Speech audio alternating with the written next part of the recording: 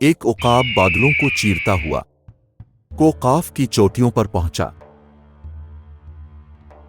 اور ان کا چکر لگا کر ایک صدیوں پرانے دیودار کے درخت پر جا بیٹھا۔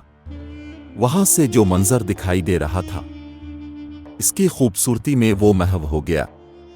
اسے ایسا معلوم ہو رہا تھا کہ دنیا ایک سرے سے دوسرے سرے تک تصویر کی طرح سامنے کھلی رکھی ہے۔ کہیں پر دریا میدانوں میں چکر لگاتے ہوئے بہہ رہے ہیں، کہیں پر جھیلیں اور ان کے آس پاس درختوں کے کنج پھولوں سے لدے ہوئے بہار کی پوشاک میں رونق افروز ہیں۔ کہیں پر سمندر خفگی سے اپنے ماتھے پر بل ڈالے کوے کی طرح کالا ہو رہا ہے۔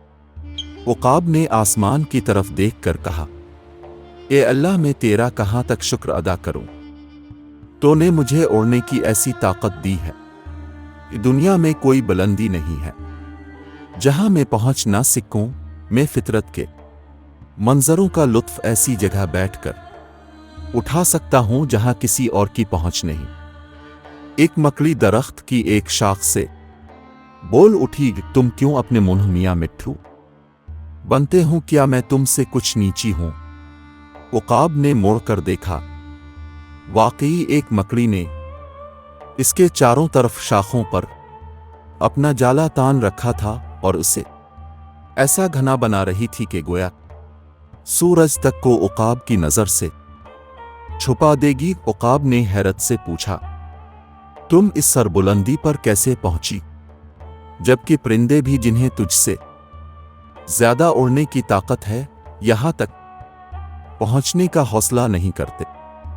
تم تو کمزور ہو، کیا تم رینگ کر یہاں آئی ہو؟ مکڑی نے جواب دیا، نہیں، ایسا تو نہیں ہے۔ تو پھر یہاں کیسے آئیں؟ جب تم الفاڑنے لگے تھے تو میں تمہاری دم سے لٹک گئی اور تم نے خود مجھے یہاں پہنچا دیا، لیکن میں یہاں اب تمہاری مدد کے بغیر ٹھہر سکتی ہوں، اور اس لیے میری گزارش ہے کہ تم اپنے آپ کو بیکار بڑا نہ سمجھو۔ اتنے میں ایک طرف سے ہوا کا جھونکا آیا اور اس نے مکڑی کو اڑا کر زمین پر گرا دیا۔